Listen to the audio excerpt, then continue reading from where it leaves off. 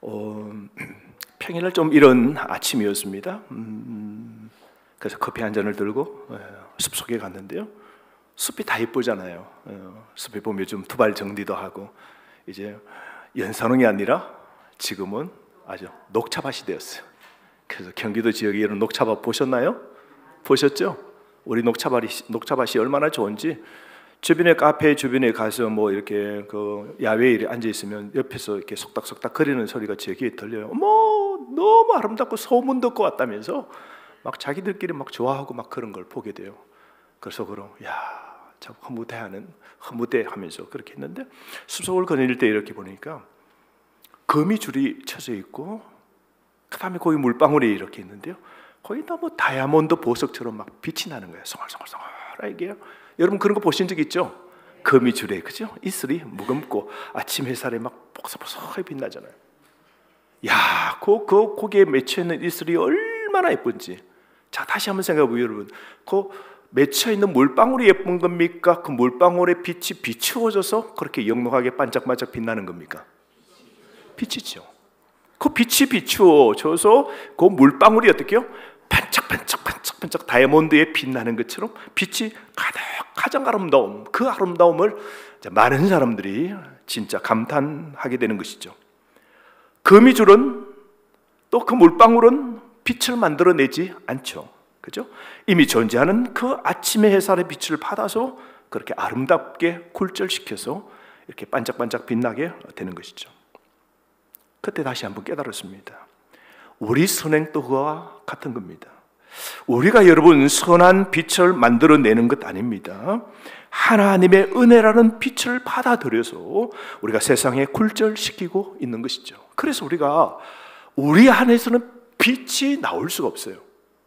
우리 안으로 들어오신 성령님의 그 역사와 말씀이 우리를 어떻게 빛나게 만드는 거예요.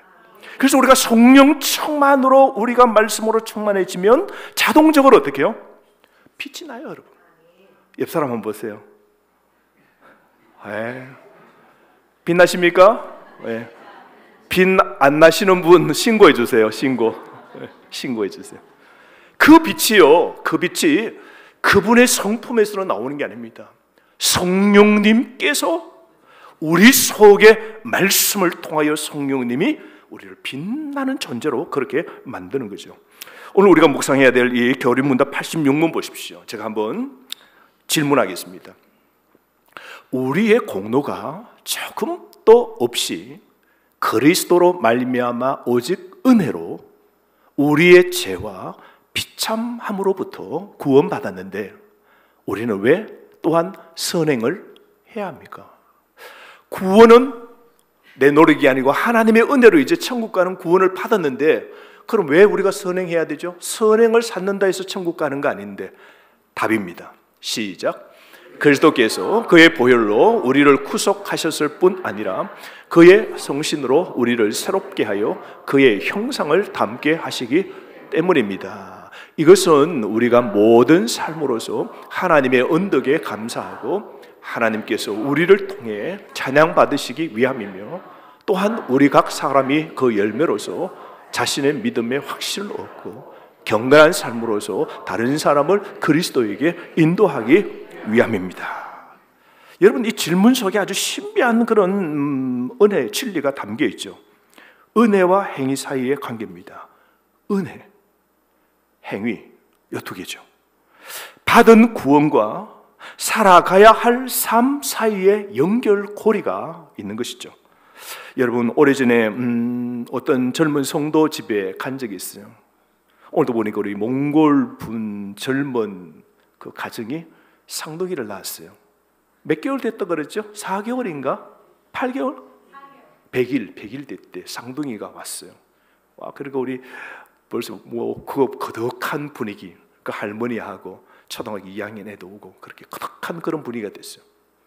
참 몽골에 와서 여기 참 산다는 거 쉽지 않잖아요. 근데 그 애를 보니까 너무 진짜 키우는 게 힘들다 그런 생각 드는 거예요. 쌍둥이니까 얼마나 힘들겠어요. 그래서 그 할머니가 몽골에서 와가지고 딸의 그 쌍둥이 애들을 또 봐주고, 몽골에서 오면요 이게 우리나라 체류 오래 못합니다. 3개월이라거든요. 3개월 하고 또 나갔다가 또 돌아야 돼요, 이게.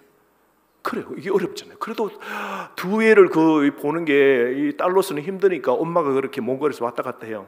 그래서 우리가 곧 있으면 몽골 갑니다. 울란바토르 하니까 자기 본인들도 울란바토르 산다고 그러더라고요. 얼마나 힘든지 경험했습니까?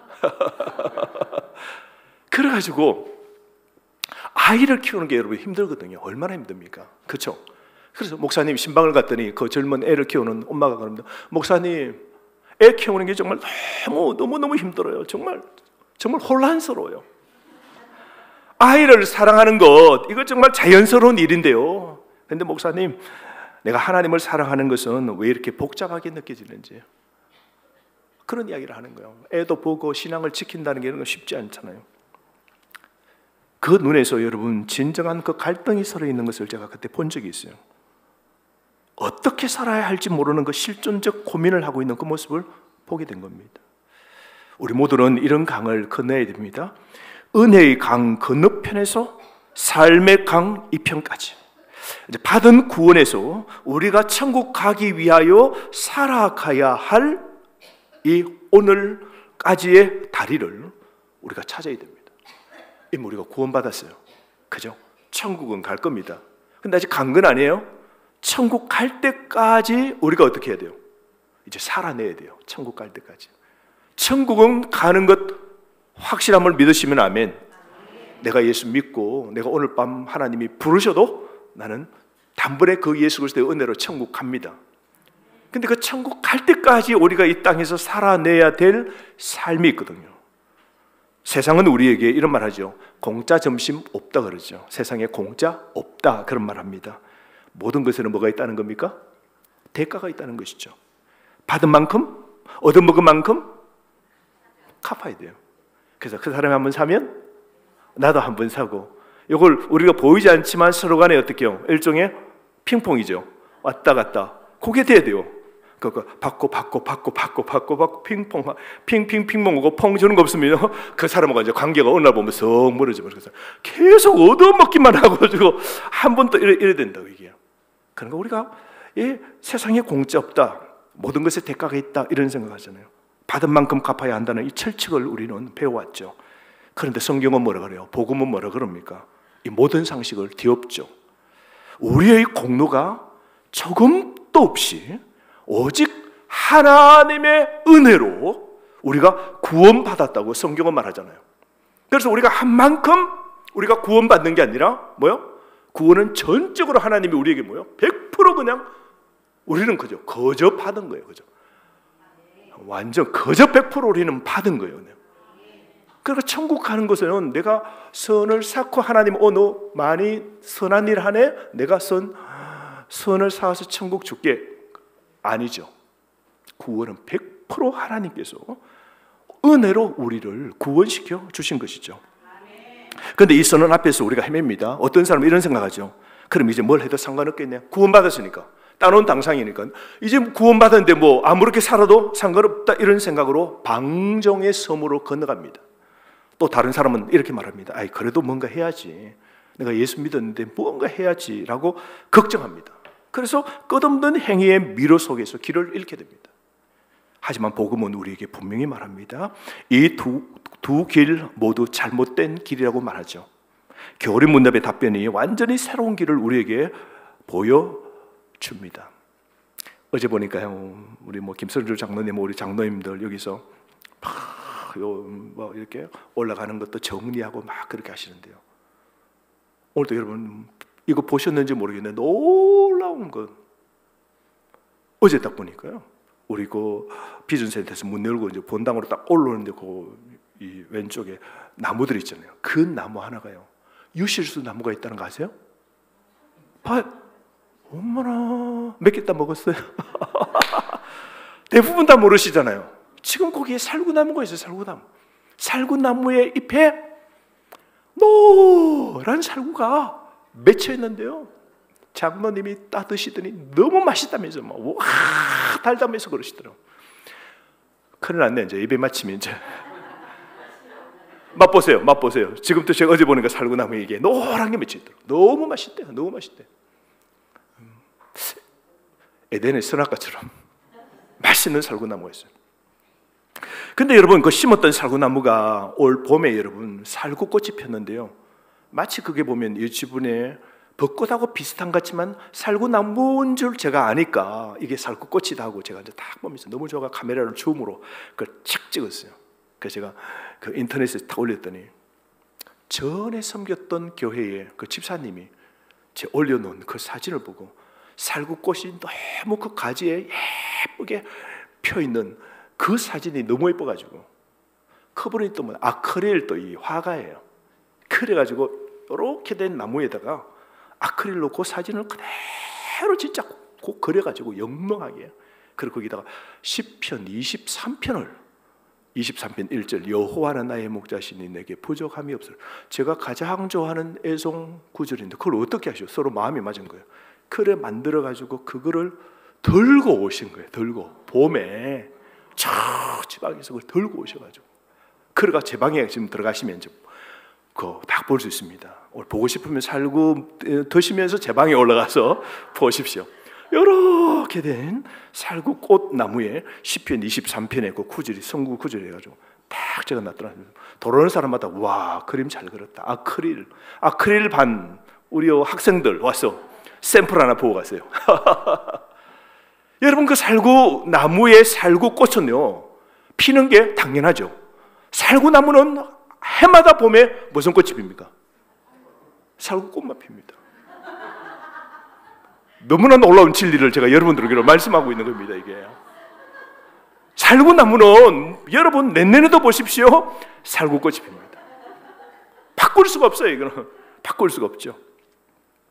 그러면서 저는 이런 생각을 해봅니다. 그 나무는 언제부터 그렇게 살구나무였을까? 꽃을 피우기 위해 살구나무가 된 것일까?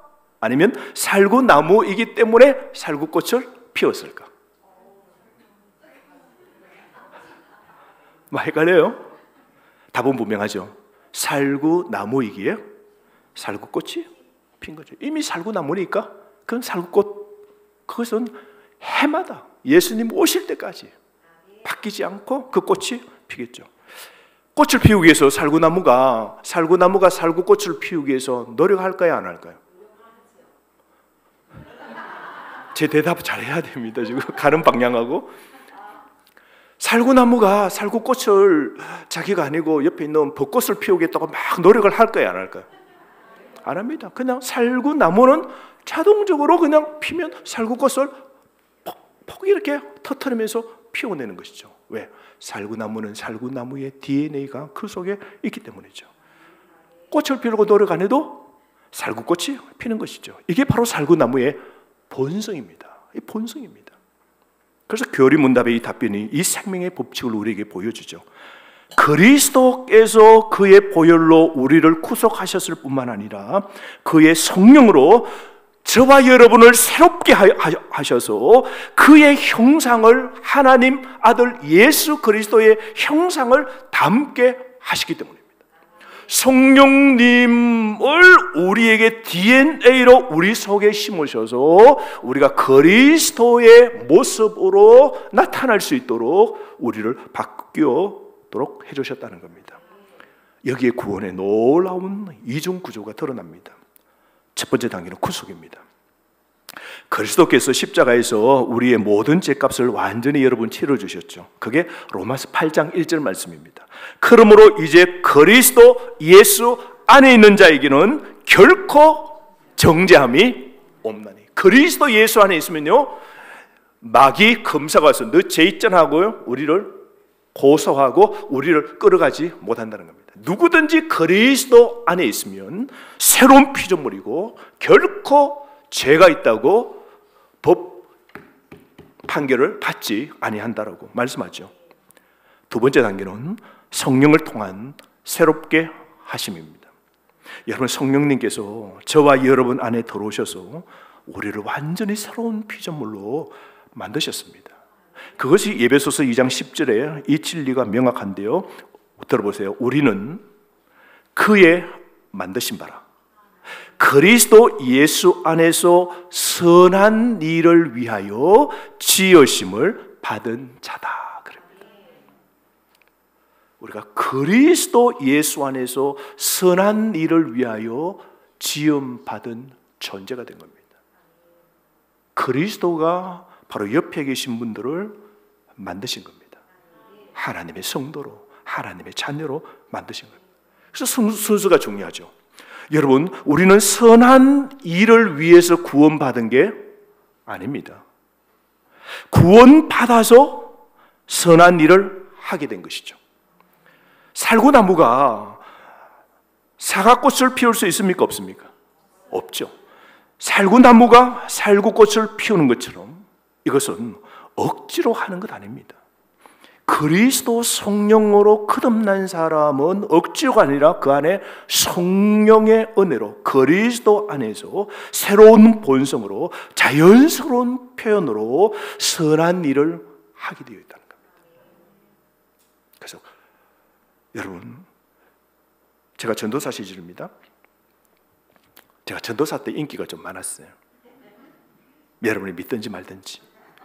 중고등부 애들이 총각 전도사 가니까 신대원 다니는 거 28, 9 아닙니까? 그때 가면 막 전도사님 하면 이제 얘들은 이제 피자 사주고, 그때 우리 전도사 사례비 받는 게 뭐 하여튼 뭐 한 5, 60만 원 됐나? 하여튼 박봉이었어요. 그거 가지고 애들 피자요 하면요 사줘야죠. 뭐 그때 교회에서 따로 책정된 거 없어요. 그러면 애들은 이제 피자 몇 판 돌리면 인기 최고예요. 먹는 거 주면 인기 최고예요, 애들. 그래가 막 전도하고 막 부흥이 되고 하니까 애들 막 그때 또 전도사에게 반하는 애들이 있어요. 고등학교 2학생들이 전도사님 하고 뭐 얘들이 또 짝사랑하는 애들이 있다고 전도사님 하고 막 이런 애들. 근데 그 중에 한 애가 뭐 너무너무 감사하고 그 말씀 안에서 은혜 받았다고. 뜨개질 알아요? 옛날에 뜨개질 이렇게 사가지고 그 뜨개질을 이제 애들이 좀 배우고 자기 이목이 배웠는지 해가지고 뜨개질을 뜨는데요. 겨울에 옛날에는 이런 거 잘 없었잖아요. 목도리가 잘 없었잖아요. 뜨개질로 목도리 길쭉한 거를 하죠. 그거를 뭘 짜더라고요. 그래서 교회에서도 쉬는 시간에 뭐 짜고 형한테 점점 커져. 이게 점점 한주 도주지 않을 때마다 커지고 뭐를 하는지 뭐 만들라니까 뭐 만들어요 이러면서 이제 뭐 노란 그 색실을 가지고 노란 걸 만들더라고요. 나중에 어느 날 전도사님 하면서 이제 주는데 뜯어보니까 뭐예요? 눈치는 빠르시네. 색깔은요? 노란 목도리. 그걸 제게 선물로 주는데요, 제가 알잖아요. 시간 날 때마다 지가 그 수고를 하면서 그걸 뜬 거예요. 그래서 너 무슨 수고를 이렇게 많이 했니? 너 날 위해서 그동안 했니? 하니까 그래요 이렇게 하더라고요. 그러면서 뭘 이런 수고를 해야 하니까, 전도사님 제가 말씀에 은혜도 받고요, 전도사님 진짜 너무 짱이에요. 그래서 제가 마음을 표현하고 싶어서 줄 건 없고 뭐요? 노란 목도리 하나 짰다고. 야, 제가 한동안 그 노란 목도리를 둘러가지고 그걸 제가 이게 목에 이게 감고 다녔습니다. 촌스러워도 어떡해요? 그 사람을 위해서 노란 목도리를 해가지고 그의 겨울은 그 노란 목도리를 제가 끝났어요. 안 할 수가 있어요? 그런데 여러분, 그 애가 말씀과 전도사를 짝사랑하는 그 마음이 말로만 사랑이 아니고 뭐예요? 목도리로 표현하고 싶다는 거. 내가 표현하고 싶다는 거죠. 가만히 생각해 보십시오. 우리의 삶도 그러지 않습니까? 진정한 감사는 말로만 하는 것이 아니라 뭡니까? 삶으로 한다는 진리를 보게 된 것이죠. 사랑은요, 동사입니다. 감사도요, 동사입니다. 사랑하면 뭔가 하게 돼 있어요. 하나님께 감사하고 누구에게 감사하면 뭔가 하게 되었대요. 그래서 우리 교류문답이 제시하는 첫 번째 이유가 모든 삶으로 하나님의 은덕에 감사하고 라고 시작했지 않습니까? 로마서 12장 1절에 아름답게 이렇게 표현합니다. 그러므로 형제들아, 내가 하나님의 모든 자비하심으로 너희를 권하노니 너희 몸을 하나님이 기뻐하시는, 너희 몸을 하나님이 기뻐하시는 거룩한 산제물로 깨끗한 삶을 살아라, 그렇게 말씀하죠. 우리의 온 삶이 감사의 제사가 되어야 돼요. 우리의 말과 행동이에요. 생각과 선택이죠. 일하는 것과 쉬는 것도요, 웃는 것과 우는 것까지도 모두가 하나님께 드리는 감사의 향기가 여러분 되어야 됩니다. 제가 몇 해 전에 프랑스에 한번 갔을 때 말입니다. 큰 성당에 갔어요.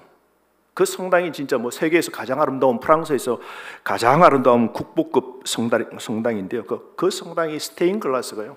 전부 다 나무의 창에 스테인 글라스인데 그 가운데 원으로 된 장미를 나타내는 큰 스테인 글라스가 있는 세계적인 보물이에요. 거기에 갔어요. 사르트르 대성당인데요. 한번 불났죠. 불나가지고 몽땅 다 타고 난 다음 다시 똑같이 스테인 글라스를 해놨는데요. 그거 들어가면 웅장합니다. 그러니까 옛날 사람들은 하나님의 존재를 밖에서 못 느끼니까 성당에 예배드리러 딱 들어가면 스테인 글라스에서 밖에서 햇살이 들어오면서 노랗고 빨갛고 오색 영롱한 그 빛이요 쫙 비치는 순간 경의 거룩함을 느끼게 되거든요. 이곳에 누가 계신다? 하나님이 계신다. 그 분위기가 압도하는 거죠. 그래서 밖과 성당 안 예배 드리는 그 공간은요 진짜 그 압도를 당하는 거예요. 야, 그 당시에 어떻게 이렇게 지었어? 높은 곳에 그 큰 유리로 스테인 글라스를 만들었는데 감탄합니다, 여러분. 근데 그 빛이 밖에서 비치어질 때 그 스테인 글라스의 그 색 따라 이 비치어서 그 공간을 이렇게 그 빛이 채우는데요. 감동입니다, 여러분. 그래서 비싼 돈 내고도 거기 들어가서 와 하면서 그걸 보게 되는, 전 세계인들이 프랑스로 가면 그 사르트르 대성당 들어가서 그걸 보는 것이죠. 빛의 향연을 온몸으로 경험하게 되는 겁니다. 근데 문득 이런 생각이 그때 들었습니다. 그 스테인 글라스는 자기 자신을 자랑할까요? 아니면 햇빛을 아름답게 사람들에게 전달할까요? 맞아요. 유리가 아니라 밖에 있는 햇빛이 그것을 더 빛나게 쫙 만드는 것이죠. 여러분, 그 색색의 그 유리창들은 자신을 드러내기 위해서 있는 것 아니죠. 햇빛을 받아서 더욱 아름다운 빛으로 변화시켜 사람들에게 전달시키기 위한 것이죠. 여러분, 우리 그리스도인들도 마찬가지입니다. 우리는 하나님의 영광이라는 그 빛을 세상에 전달하는 스테인 글라스입니다. 그래서 여러분, 우리는 빛을 반사하는 존재입니다. 누가 하나님 보여달라 그럴 때 우리는 하나님의 그 이미지, 하나님의 그 성품이 우리에게로 비추어 전달되는 거예요. 그래서 이야, 교회 가고 싶다. 너 때문에 교회 가고 싶다. 이 말은 뭐예요? 그 사람, 하나님의 빛이 그 사람에게 비쳐 튀어나오는 그 빛이 뭐예요? 진실하고 거룩하고 어려워도 웃고 사랑을 베풀고, 이야, 내가 너를 보니까 하나님 보는 것 같다. 너는 세상 사람과 다르다. 하나님의 빛을 반사. 우리는 모두 거울이 되어야 돼. 우리는 모두 다가 하나님을 비추는 반사되는 거울이 되어야 되는 거예요. 우리가 권사님 보면 누가 보여야 돼요? 하나님이 반사되어 보여야 되는 거예요. 우리 장로님을 보면 하나님이 반사되어 보이고, 우리 아내를 보면 누가 보여요? 대답이 왜 이래요? 우리 남편을 보면 누가 보여야 돼요? 마귀가 보이면 안 돼요. 그 남편 안 돼요. 하나님의 그것이 고스란히 비추어지도록 반사하는 존재가 되어야 되는 것이죠. 우리는 스테인 글라스입니다. 자동스럽게 그렇게 되어 있는 거죠. 우리 교리 문답의 두 번째 이유가 이것입니다. 하나님께서 우리를 통해 영광 찬양 받으시기 위함이기 때문입니다. 그래서 마태복음 5장 16절 말씀 명확하게 말씀하죠. 이같이 너희 빛을, 분명히 말하잖아요. 여러분에게 빛이 있는 겁니다. 근데 그 빛이 한 몇 프로 될까요? 너희 빛을 사람 앞에 비치게 하여 저희로 너희 착한 행실을 보고 하늘에 계신 너희 아버지께 영광 돌리게 하리 함이라. 우리가 빛이에요. 우리가 사람 앞에 비치는 빛입니다. 우리가 가정에 가면 남편에게, 아내에게, 자녀에게 비치는 빛이 있습니다. 직장에 가면 우리가 그 직장에서 직장 사람들에게, 학생들에게 하나님을 비춰주는 거죠. 우리의 착한 행실을 통하여서 그 사람들이 누구요? 이야, 나도 하나님 믿고 싶다, 당신처럼. 우와, 다르네. 야, 말씀이 들어가면 그렇게 바뀌어? 야, 교회 다니면 그렇게 바뀌어? 우와, 하나님이 우리를 통하여 영광 받으시기를 원한다는 거예요. 우리가 그래서 어떤 존재가 되어야 돼요? 빛나는 존재가 되어야 됩니다. 우리는 빛의 사람이에요. 사랑하는 성도 여러분, 가정에서도 여러분의 빛을 아내에게, 자녀에게, 남편에게 비치는 사람 되시기를 바랍니다.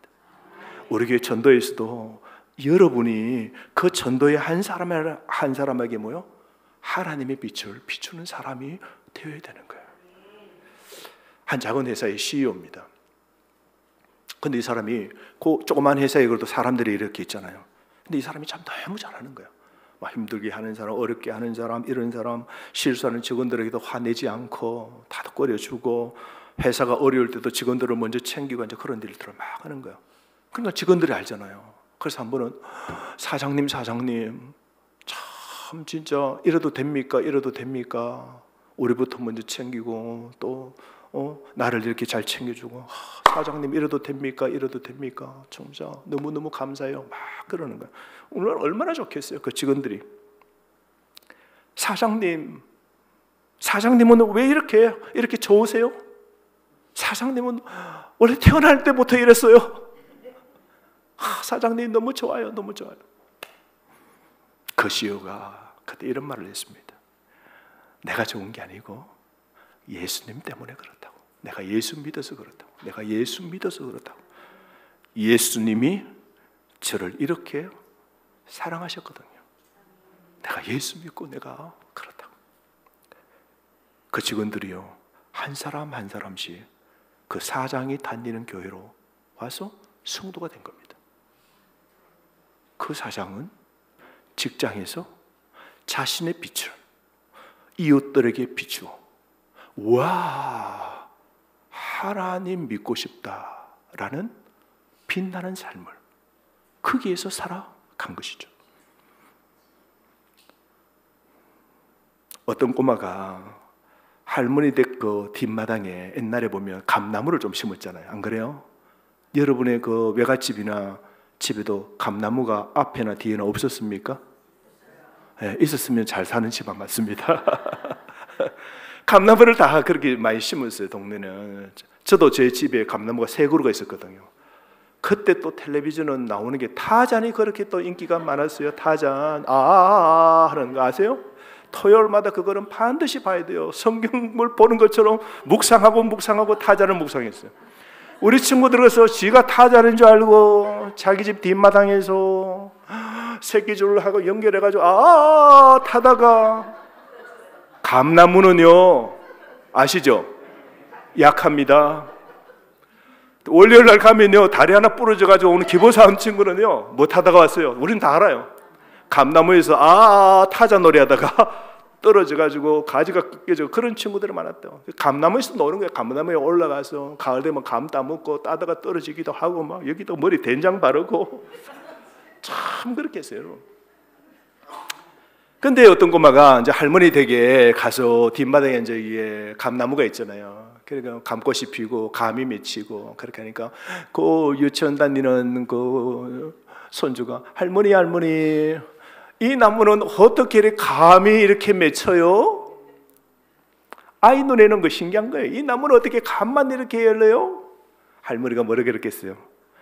야, 이제 설명을 하는 거예요. 그 아이 나이에 막, 야, 이거는 원래 감나무란다. 감나무는 죽을 때까지 뭐만 맺힌다고? 사과는 없다, 바나나도 없다. 감나무는 감나무기 때문에 뭐가 맺힌다고? 꽃이 피고 지면 감이 거기에 달린다고. 그러니까 아이에 맞게끔 그렇게 설명하죠. 지극히 우리가 과학적으로 우리가 다 알고 당연한 소리 아닙니까? 감나무니까 감이 달리는 것 당연하죠. 교리문답의 3번째 이유가 바로 그것이죠. 우리 각 사람이 그 열매로서 자신의 믿음의 확신을 얻는다라고 합니다. 그래서 여러분, 예수님께서 마태복음 7장 17절 18절에 이렇게 말씀하셨습니다. 이와 같이 좋은 나무마다 아름다운 열매를 맺고 못된 나무가 나쁜 열매를 맺는다 그랬죠. 여러분, 선행은 구원의 조건은 아닙니다. 그런데 구원의 증거입니다. 그래서 선을 행하는 거 보면 뭐요? 아하, 구원 받았구나 하는 그 증거가 보이는 겁니다. 그 사람이 선을 저렇게 하니까 천국 가겠네? 그게 아니고요.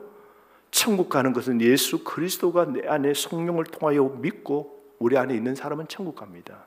근데 선한 그 행위를 보고 뭐요? 아하, 저 사람은 맞네, 구원 받았네라는 증거가 바로 그 사람의 선한 행실인 것이죠. 나무는 열매를 맺기 위해 좋은 나무가 되는 것 아니죠. 좋은 나무이기 때문에 좋은 열매를 맺는 것 아니겠습니까? 때로 우리는 우리 자신의 구원을 의심할 때가 있습니다. 그죠? 우리가 실패하고 죄를 짓고 넘어지고 연약함이 드러날 때 그때 우리는 뭐요? 우리의 선행이 우리에게 확신을 줍니다. 정확히 말하면 성령의 열매가 확신을 주는 것이죠. 갈라디아서 5장 22절에서 23절 말씀에 성령의 열매로 사랑과 희락과 화평과 오래 참음과 자비와 양성과 충성과 오디오와 절제라고 그랬어요. 이 9가지 열매가 있다고 그랬어요. 이런 열매들이 조금씩이라도 우리 삶에, 여러분 삶에 나타나고 있다면 우리는 확신할 수 있습니다. 성령님께서 우리 안에 계시고 우리를 새로운 피조물로 만들고 계신다는 걸 우리는 알 수 있는 것이죠. 어느 작은 시골 교회입니다. 근데 그 시골 교회 한 집사님이 옛날 시골 교회 가면 아주 옛날에는요, 시골에 가면 화장실이 대부분 다 무슨 화장실이에요? 퍼세식입니다. 알긴 아세요, 여러분? 참 곤란한 화장실, 그 퍼세식. 그 봄 되면 다 퍼내잖아요. 그러니까 많은 거 하나 묻어놓고 거기 퉁퉁퉁퉁 하고 어떻게 막 튀죠. 이게 이 퍼세식이 제때 안 퍼면요, 진짜 이게 막 뽕뽕 튀어. 난리가 나는 거예요. 그것도 화장실은 또 이게 또 안 튀려고 또 뭐 하다가 보면 그 주변에 또 묻고 이래요. 그래서 화장실 청소가요, 누구든지 하기 싫고요. 화장실 퍼세식은 들어갈 때부터 그 주변에 뭐 코 막고 들어요. 이게 그냥 다 담겨져 있으니까 여러 냄새가 말도 못하는 거죠, 여러분. 안 그래요? 다 그랬어요.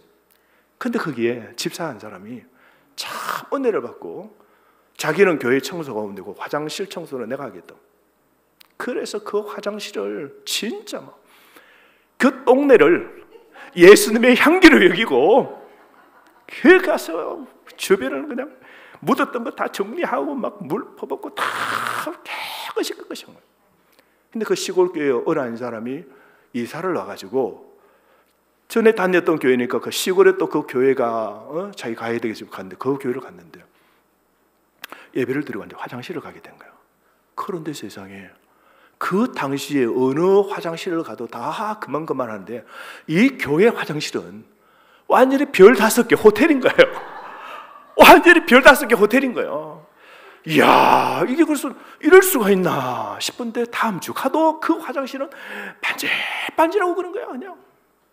그래가지고 나중에 이 사람이 그 교회를 등록하는데 물었어요.